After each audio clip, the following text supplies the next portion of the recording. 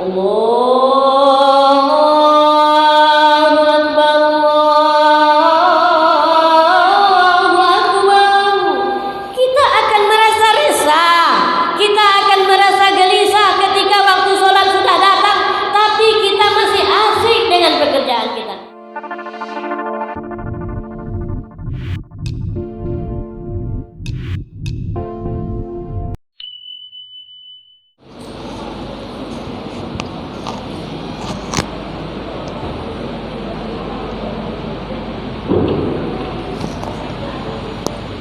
Assalamualaikum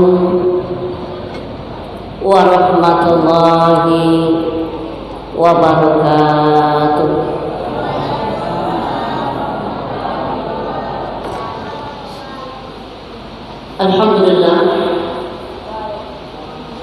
Alhamdulillahilladzi nahmaduhu wa nasta'inuhu wa nastaghfiruh wa na'udzu billahi min syururi anfusina wa min sayyiati a'malina.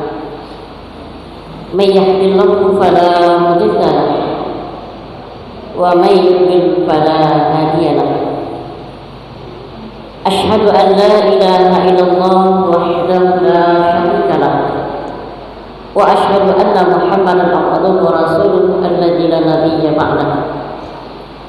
Allahumma shalli wa sallim wa barik ala Muhammad wa ala alihi wa ashabihi ajma'in. Yang sama-sama kita hormati jajaran kepengurusan masjid kita, kemudian yang sama-sama kita hormati para alim ulama, cerdik pandai pemuka masyarakat. Selanjutnya yang saya hormati bapak-bapak dan ibu-ibu serta remaja dan remaja dan anak-anak yang hadir pada malam hari ini. Tak lupa kita bersyukur kepada Allah Subhanahu wa ta'ala, karena hanya orang-orang yang bersyukurlah yang akan merasakan kesempurnaan hadirnya nikmat Allah dalam hidupnya. Seberapa banyak pun Allah berikan nikmat itu kepada kita, akan tetapi apabila nikmat yang banyak itu tidak kita syukuri, maka hal itu seakan-akan kita rasakan tidak mendatangkan manfaat terhadap diri kita. Dan yang lebih celakanya lagi, ketika kita diberi nikmat oleh Allah Subhanahu wa ta'ala, akan tetapi nikmat itu tidak kita syukuri, maka bisa saja nikmat Allah itu berubah menjadi istidrajnya Allah untuk kita. Artinya adalah cara Allah menjauhkan kita darinya. Semestinya adalah semakin banyak nikmat itu Allah berikan kepada kita, semakin tambah dekat hendaknya kita kepada Allah Subhanahu wa ta'ala. Semakin banyak nikmat itu Allah berikan kepada kita, semakin tinggi hendaknya rasa syukur kita kepada Allah Subhanahu wa ta'ala. Dan Allah Subhanahu wa ta'ala berjanji kepada orang-orang yang mau bersyukur atas nikmatnya, di mana janji Allah ini pasti adanya, tak sama dengan janji kita manusia. Kalau janji kita manusia terkadang banyak tidaknya daripada iyanya, tapi janji Allah itu pasti kepada orang-orang yang bersyukur. Dalam suratul Ibrahim ayat yang ke-7 apa kata Allah? Bismillahirrahmanirrahim. La in syakartum la azidannakum wa la in kafartum inna 'adzabi lasyadid. Siapa yang bersyukur atas nikmat yang telah aku berikan kepadanya, kata Allah, niscaya nikmat itu akan kutambah. Tapi kita banyak yang ragu. Iya ndak kau? Iya ndak kau?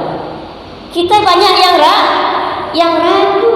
Allah telah katakan, siapa yang bersyukur atas nikmat yang telah aku berikan kepadanya, niscaya nikmat itu akan kutambah, kata Allah. Kemudian Allah katakan, wala in kafartum inna azabi lasyadid.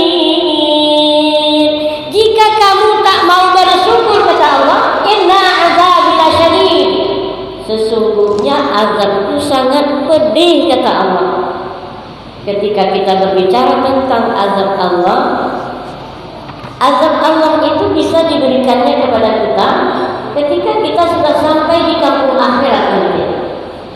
Tetapi ketika Allah menginginkan untuk kita, bisa saja azab itu diberikan kepada kita ketika kita masih hidup di atas dunia ini. Sekarang itu tinggal milih mana, Pak? Mau diazab di dunia atau mau diazab di akhirat? Mau diazab di dunia atau akhirat? Ada jemaah yang jawab, Ustaz, daripada diazab di akhirat, biarlah di dunia kita diazab. Nah, ini konsep yang tidak benar juga. Kita tak mau diazab di dunia, apalagi di akhirat. Itu makanya tak pernah kita lupakan doa kita. Apa doa kita? Rabbana atina fid dunya hasanah wa fil akhirati hasanatan wa qina adzabannar. Ya Allah, berikanlah kepada kami kebahagiaan hidup dunia dan akhirat, dan jauhkanlah kami dari api neraka. Ini yang selalu kita minta. Mudah-mudahan kita termasuk sebagai hamba-hamba yang bersyukur kepada Allah. Amin ya rabbal alamin. Selanjutnya, selawat beserta salam yang tak bosan-bosannya mari sama-sama kita kirimkan buat arwah junjungan alam Nabi Muhammad sallallahu alaihi wasallam. Allahumma shalli ala sayyidina Muhammad wa ala ali sayyidina Muhammad. Assalamu alayka ya Rasulullah, assalamu alayka ya Habibullah. Mudah-mudahan dengan selalu dan memperbanyak selawat beserta salam kepada beliau, serta dengan berusahanya kita untuk selalu mengikuti sunnah yang telah beliau tinggalkan untuk kita, insya Allah kita selamat dunia akhirat dan kelak mendapatkan syafaatnya. Amin ya rabbal alamin. Baiklah, Bapak dan Ibu jemaah yang dimuliakan oleh Allah Subhanahu wa taala. Kajian yang ingin kita sampaikan pada saat ini, kalau kita beri judul amalan yang sangat dicintai oleh Allah. Apa judulnya, Bu? Apa judulnya? Amalan yang sangat dicintai oleh Allah. Judul itu perlu, ya, karena ketika seseorang nonton film umumnya, kalau dia tak tahu judul film itu, seakan-akan kenikmatan dia menonton itu berkurang. Dia selalu tanya-tanya, apa judul ini gayo? Apa judulnya gak tadi yo? Karena judul itu adalah gambaran atau kesimpulan daripada isi yang ingin diceritakan. Jadi judul kita adalah amalan yang sangat dicintai oleh Allah.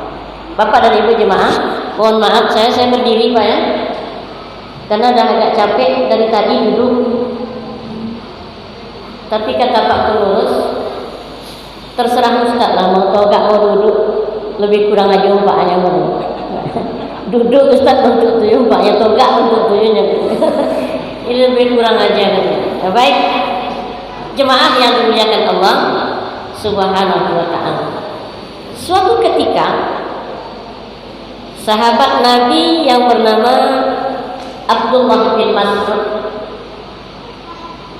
atau juga kita kenal dengan Ibnu Mas'ud, beliau bertanya kepada Rasulullah sallallahu alaihi wasallam, "Ya Rasulullah, beritahukan kepadaku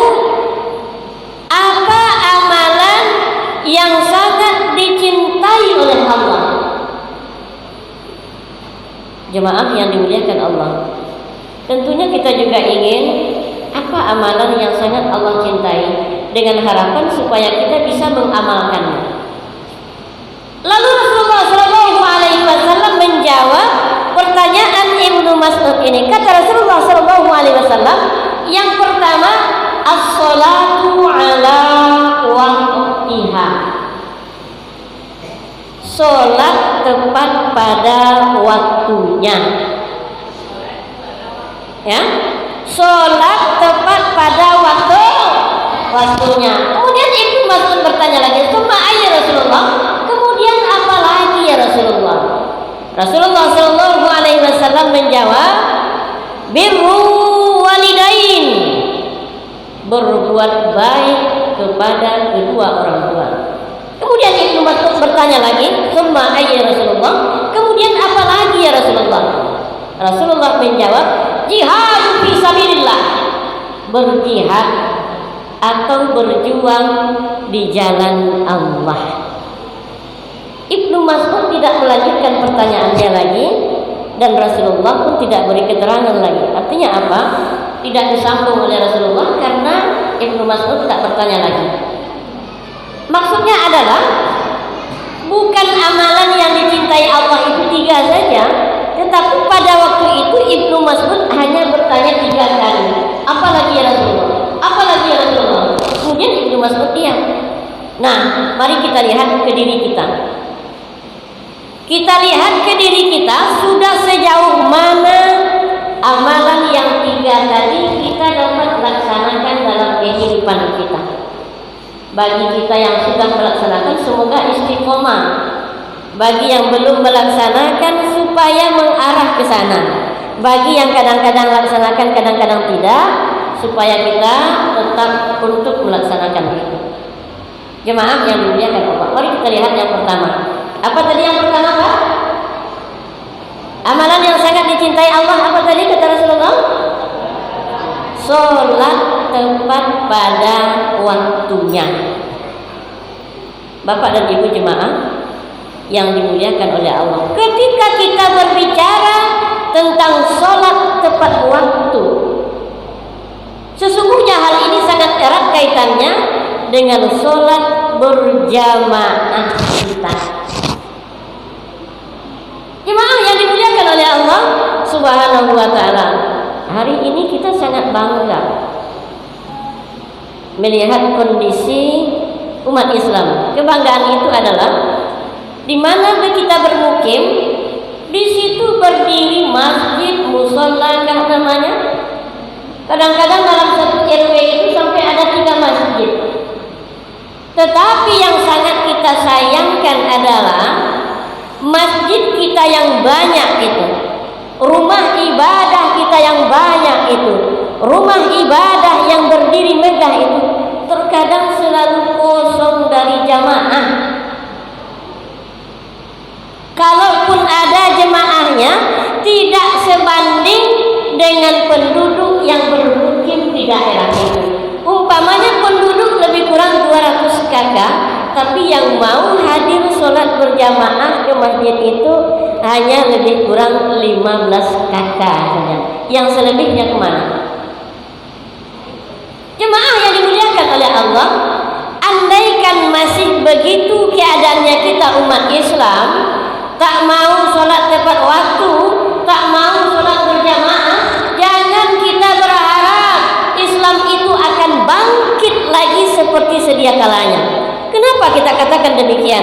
Karena kalau kita lihat perjuangan Rasulullah, perjuangan sahabat, perjuangan tabi'in, perjuangan tabi'in, itu semuanya berangkat dari jamaah. Berbicara umat Islam tentang ekonomi umat, berangkat dari masjid. Berbicara umat Islam tentang pendidikan umat, berangkat dari masjid. Berbicara umat Islam tentang pertahanan umat, berangkat dari masjid. Iya itu Pak.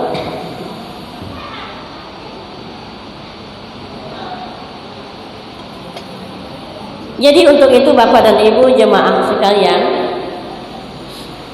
jangan sampai masjid ini hanya kita jadikan sebagai simbol saja.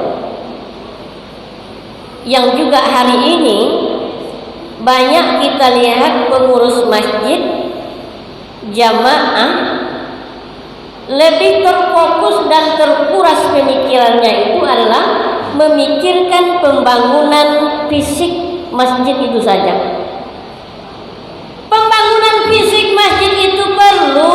Silahkan kita bangun masjid yang cantik, tetapi yang tak boleh kita tinggalkan di samping itu adalah pembangunan mental jamaah. Ketika mental jamaah sudah terbina, ketika mental jamaah itu sudah terbangun selalu meramaikan sholat berjamaah, maka hatinya akan selalu terpaut ke masjid. Ketika azan berkumandang, Allahu Akbar, Allahu Akbar, kita akan merasa resah, kita akan merasa gelisah ketika waktu sholat sudah datang, tapi kita masih asik dengan pekerjaan kita, merasa gelisah kita. Innamal mu'minuna alladzina idza dzukirallah wajilat qulubuhum wa idza tuliyat alaihim ayatuhu zadatuhum imana. Orang-orang yang beriman itu apabila disebut nama Allah wajilat qulubuhum, bergetar hatinya. Bagaimana getaran hati kita? Tidak enak perasaan kita, rasa resah dan gelisah kita ketika waktu sholat itu sudah masuk, kita masih asik dengan pekerjaan kita. Bapak dan Ibu jemaah yang dimuliakan oleh Allah Subhanahu wa taala. Kemudian kata Allah Subhanahu wa taala, orang-orang yang beriman itu apabila dibacakan ayat-ayat Allah, zadathum imana, bertambah imannya. Bu, apakah dengan mendengar ayat Allah, dengan membaca ayat Allah sudah bertambah keimanan kita? Nah, mudah-mudahan bertambah. Tetapi di samping kita membaca ayat-ayat Allah yang tersurat, yang penting juga kita baca adalah ayat-ayat Allah yang tercipta. Apa itu? Diri kita dan alam seisinya. Rajin kita membaca diri kita, tengok diri kita, supaya iman kita bertambah. Jemaah yang dimuliakan oleh Allah Subhanahu wa ta'ala. Jadi orang-orang yang ingin melaksanakan amal yang sangat dicintai oleh Allah, sholatlah tepat waktu. Latih, didik anak-anak kita. Alhamdulillah, saya tengok di masjid kita ini cukup lumayan ramai Pak, anak-anak kita. Anak-anak kita yang seusia kelas 6 SD, seusia SMP masih ramai duduk di masjid kita ini. Atau mungkin tadi pengurus bercerita Pak, kamu datang nanti ya, ustaznya sebodang waangnya betul. Nah, itu makanya ramai ini datang. Nah, jemaah yang dimuliakan oleh Allah Subhanahu wa ta'ala, untuk melatih diri mau datang ke masjid itu bukan hal yang mudah Pak. Kalau tidak dibina dari usia mereka ini kecil, nantilah lagodangnya besok, lah dewasa besok ke masjid ya sulit Pak, sangat berat Bu.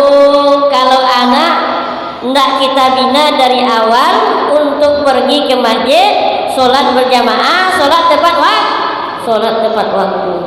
Untuk itu kita para orang tua menjadi tanggung jawab yang sangat berat. Mari ketika sholat maghrib itu masuk, kita pegang tangan anak-anak kita. Kita pegang tangan anak kita, kita bawa ke masjid. Tapi yang sangat kita sayangkan hari ini, emak ayahnya yang terkadang tidak ke masjid. Anaknya ke masjid, tapi emak ayahnya tidak ke masjid. Ini terbalik. Nah, jemaah yang dimuliakan oleh Allah Subhanahu wa ta'ala. Yang kedua, amalan yang sangat dicintai oleh Allah Subhanahu wa ta'ala itu adalah birru walidain, berbuat baik kepada kedua orang tua.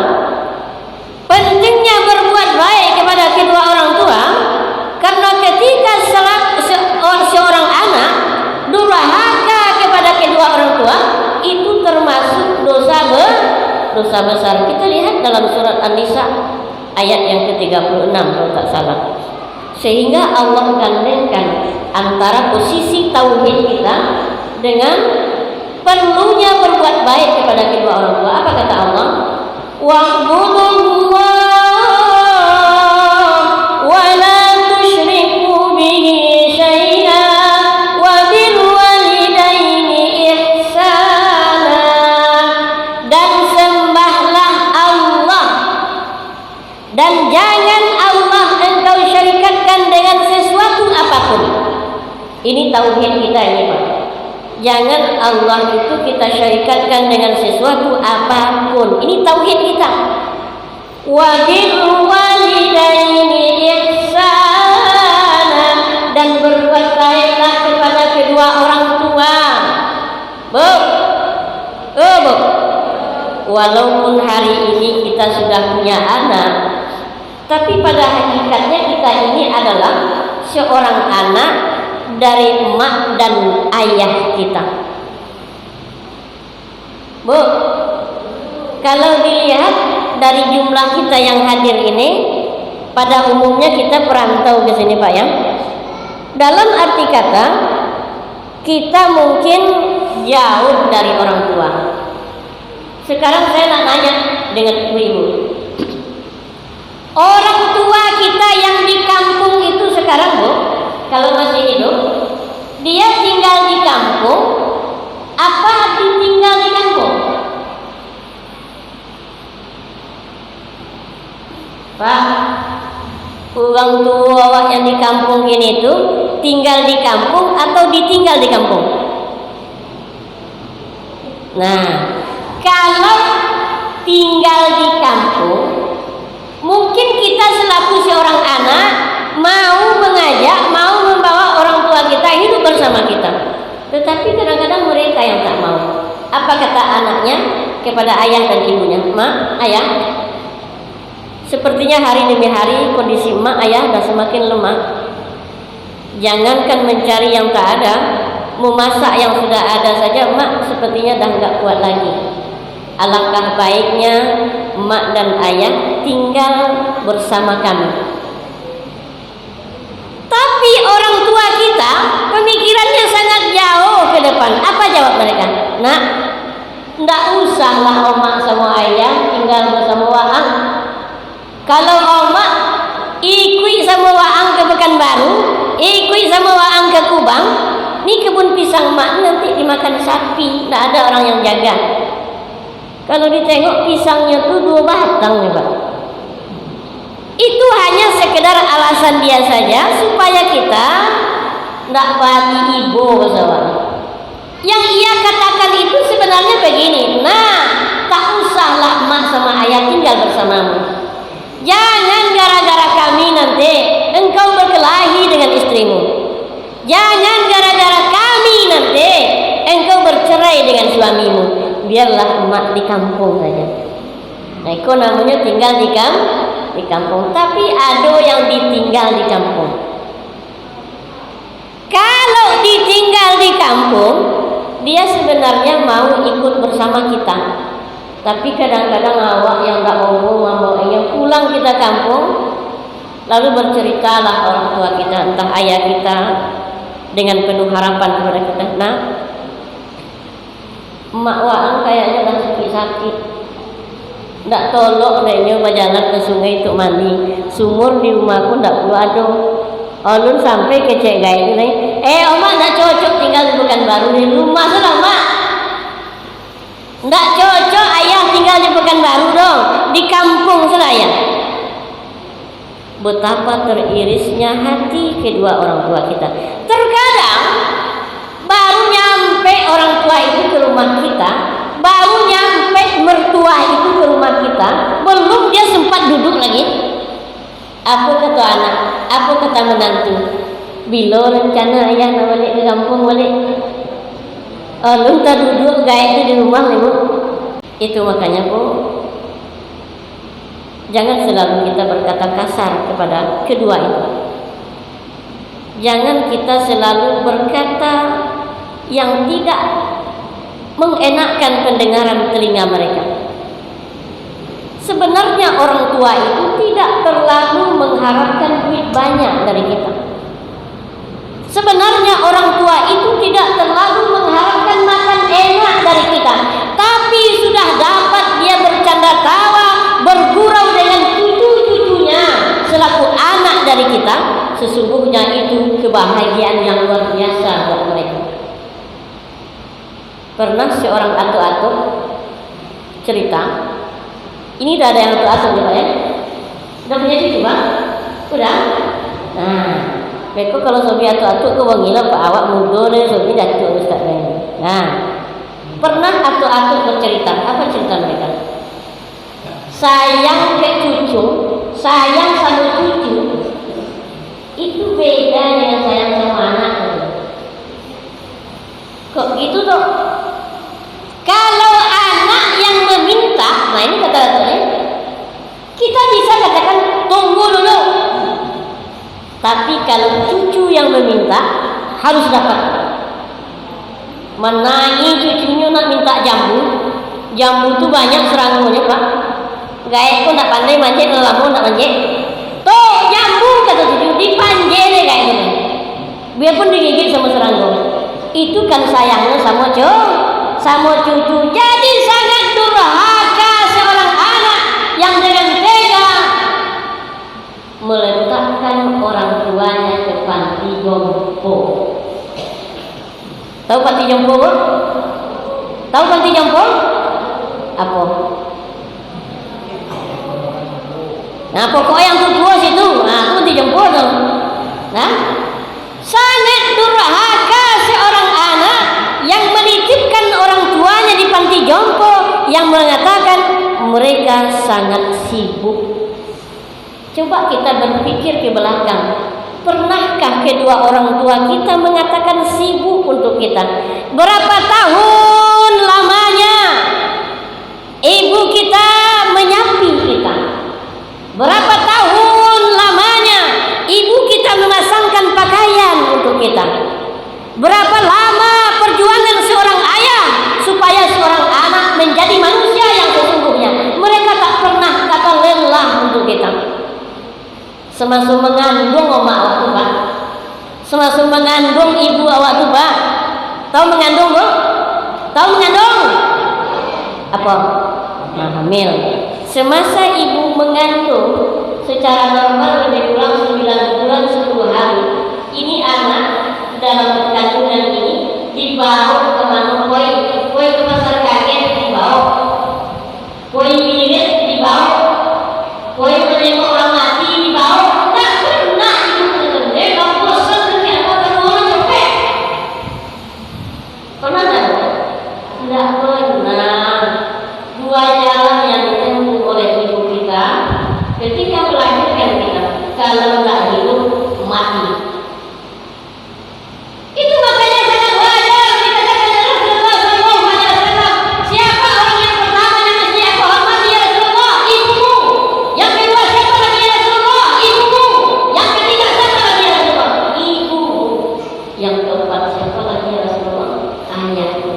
Tiga amat yang kau baru untuk Allah. Bukan berarti ayah itu dilecehkan, tidak, tapi begitu. Rasulullah ingin mengangkat kaum ibu. Jamaah yang dimuliakan Allah Subhanahu wa taala. Termasuk orang Indonesia ingin mengangkat derajat kaum kita, dijadikan dalam sebuah lagu. Ibu kaulah wanita yang mulia, derajat dibanding ayah. Dua-duanya itu mulia, tapi Rasul mengangkat derajat kaum wanita. Nah, jemaah yang dimuliakan oleh Allah, ketika kita masih punya kesempatan untuk berbakti kepada kedua orang tua, jangan lalaikan kesempatan itu. Di mana banyak manusia hari ini yang mengejar surga yang jauh darinya, tapi meninggalkan surga yang dekat yang ada di dekat. Mana surga yang jauh kita ibaratkan itu? Manusia berlomba-lomba pergi umroh. Kadang-kadang setiap minggu pergi umroh. Umroh itu amalan yang mulia, silakan.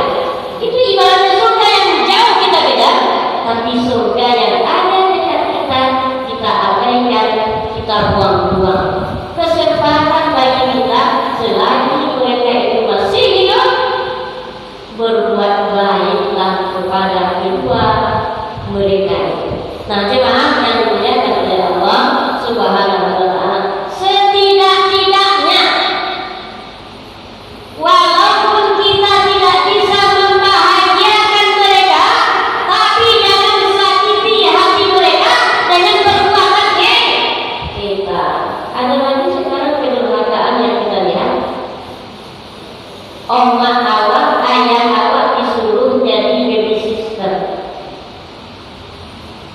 Bu, minta maaf Bu ya. Oma sama ayah dijadikan baby sister. Oma dan ayah dijadikan untuk mengasuh anak. Mulai dari awal dikasih dulu lagi Pak, sampai itu ke anak. Bilo beliau istirahat lagi. Tapi lain cerita. Ketika mereka yang meminta, kita sebenarnya karena kesibukan kita tadi mau mencari orang yang mau menjaga anak kita. Tapi apa kata mak ataupun ayah kita selaku aku dan nenek dari? Nah, tak usah repot-repot cari orang untuk menjaga anak. Mak sangat bahagia, ayah sangat senang ikut bersama kalian, ikut bersama cucu-cucu kami, biar cucu-cucu ini ikut bersama kami. Tidak usah cari orang. Itu lain cerita. Tapi kebanyakan prinsip kita adalah kalau dicari nanti orang untuk menjaga anak kita ini, setidak-tidaknya dan 500.000 plus sebulannya. Kalau TKI itu boleh turun sekilo. Ini kedurhakaan. Sudahlah kita tak bisa menyenangkan mereka, perbuatan kita sangat mengiris hati dan perasaan mereka. Nah, ibu jemaah yang dimuliakan oleh Allah Subhanahu wa Ta'ala. Lalu bagaimana Ustaz ketika orang tua kami sudah meninggal? Apakah masih ada kesempatan kami untuk berbakti kepadanya? Maka sahabat datang ke Rasulullah, Rasulullah, masih bisakah kami berbuat baik kepada kedua orang tua yang sudah meninggal? Rasul katakan bisa. Di antaranya adalah cari karib kerabat orang tua kita itu yang masih hidup. Berbuat baiklah kepadanya. Entah itu adik dari ayah itu, entah itu adik dari emak itu, entah orang-orang yang seperjuangan dengan dia, seumur dengan dia, cari mereka, berbuat baiklah kepada mereka, dan jangan lupa selalu mendoakan orang tua kita. Bisa jam berapa Pak? 8 boleh. Nah, masih ada sedikit lagi. Jemaah yang dimuliakan oleh Allah Subhanahu wa Ta'ala. Lalu hari ini kita juga sudah menjadi orang tua dari anak-anak kita. Lalu bagaimana caranya supaya mereka ini bisa berbakti nanti kepada kita? Apakah kita mengatakan kepada mereka, besok waang kalaulah godang, besok waang kalaulah dewasa, berbuat baik hidayahnya? Tidak perlu itu kita katakan kepada anak-anak kita. Berikan contoh yang baik kepada anak-anak kita. Bagaimana caranya kita berbakti kepada kedua orang tua. Tapi terkadang kita berikan contoh yang tak baik kepada anak-anak. Apa yang kita lakukan? Ketika datang hari raya Aidil Adha atau hari raya Aidil Fitri, belum sempat anak kita ajak bersilaturahmi ke rumah nenek, ke rumah atuknya selaku orang tua dari kita, malah anak kita ajak ke kandang binatang. Anak diajak ke kandang binatang. Kata ayahnya, nak, lebaran kedua kita jalan-jalan kemana sayang? Kata anak kita yang polos, terserah ayah, kami ngikut. Lalu kata emaknya, gimana kalau kita jalan-jalan ke kebun binatang? Ini usulan maknya. Hore, kata anak-anak kita, senang hatinya. Kita tak bisa bayangkan ini. Anak belum diajak bersilaturahmi ke rumah aku, ke rumah nenek selaku ayah dari kita, malah mereka kita bawa keliling ke kandang binatang, sampai di kebun binatang jalan-jalan. Pertama jemput ciga. Nah, ciga jemput tamu monyet. Nah, langsung kata emaknya. Nah, ini namanya monyet nih. Ini monyet namanya. Enggak, kita sopi itu sama anak tak tahu ini bahwa itu monyet. Nah, itu monyet apa gimana? Nah, kasih monyet kacang, kasih monyet kacang. Salam sama monyet. Kok nenek wangu? Keliling-keliling lagi. Jumpa harimau. Jumpa harimau, apa kata ayahnya? Mana kaki kau tadi? Kasih harimau. Kau dah tua apa? Nah, jemaah yang kemudian kepada Allah Subhanahu Wa Taala. Anak belum kita ajak bersilaturahmi ke rumah neneknya, malah dibawa ke kandang binatang.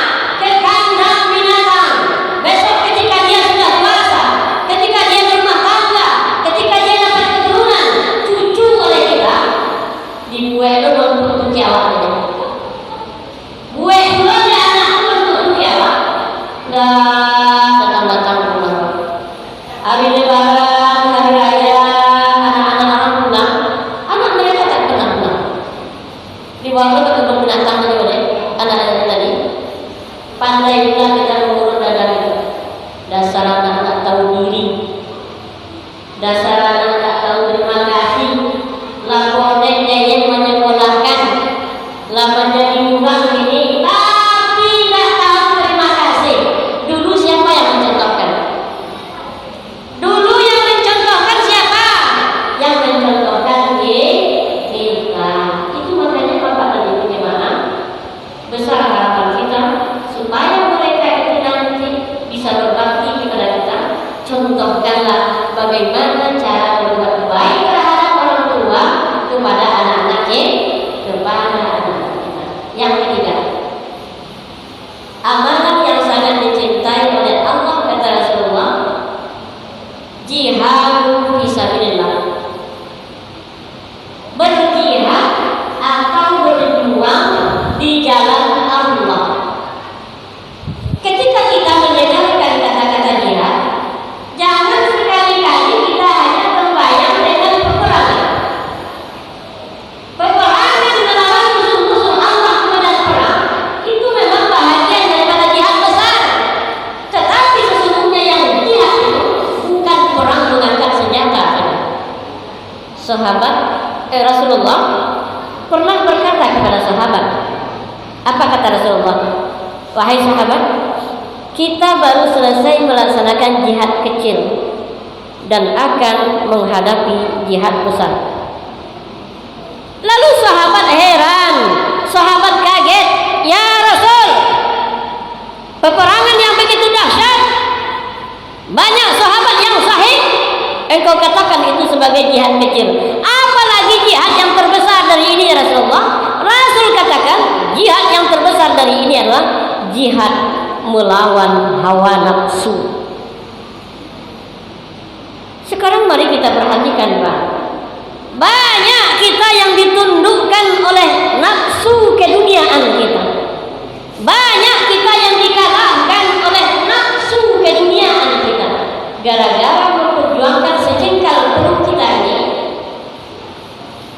kita terkadang dengan merasa tak berdosa meninggalkan perintah-perintah Allah.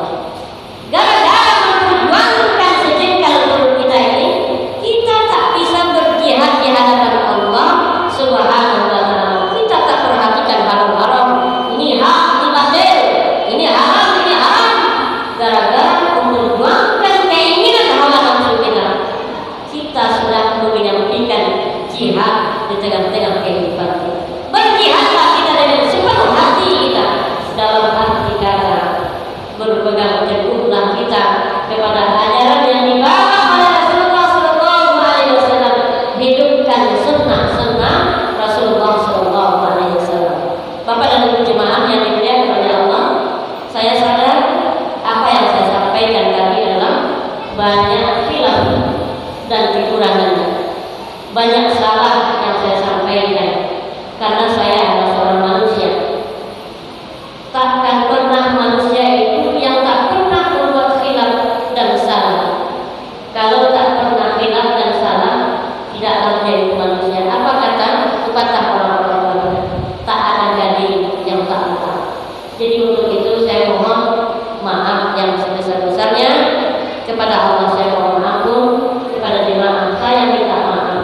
Bismillahirrahmanirrahim.